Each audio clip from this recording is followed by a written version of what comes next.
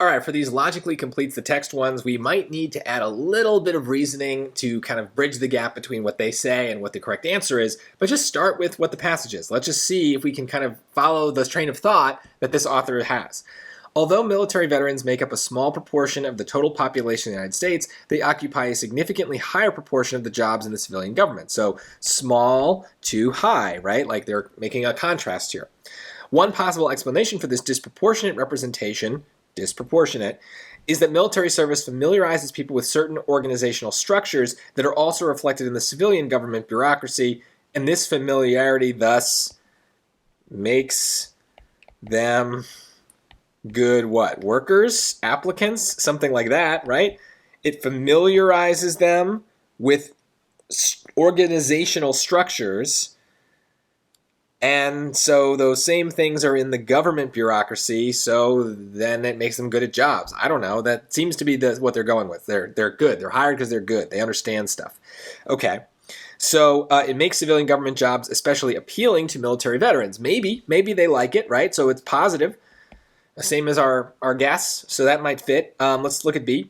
It alters the typical relationship between military service and subsequent career preferences. Well, no. They're clearly saying because the military is this way, they're going to go into civilian life in the same way. They're saying it's a similar thing.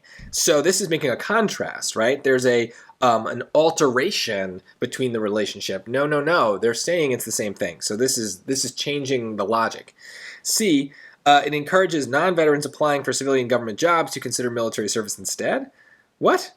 This is changing the character, right? We're not talking about non-veterans. This is the main character is the veterans who are applying for these jobs. We've been talking about them the whole time. Why are we switching the main character? That's just wrong.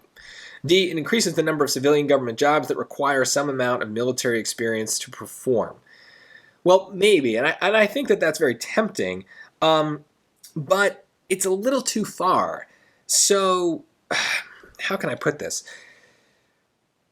I think the main character way of talking is really helpful here as well. Okay, so when I say main character, I don't necessarily mean it has to be like a particular person, right? So in my mind, the main character of this passage is the veterans who are applying for jobs. Okay, choice C is wrong because it's switching to different people, right? Non-veterans.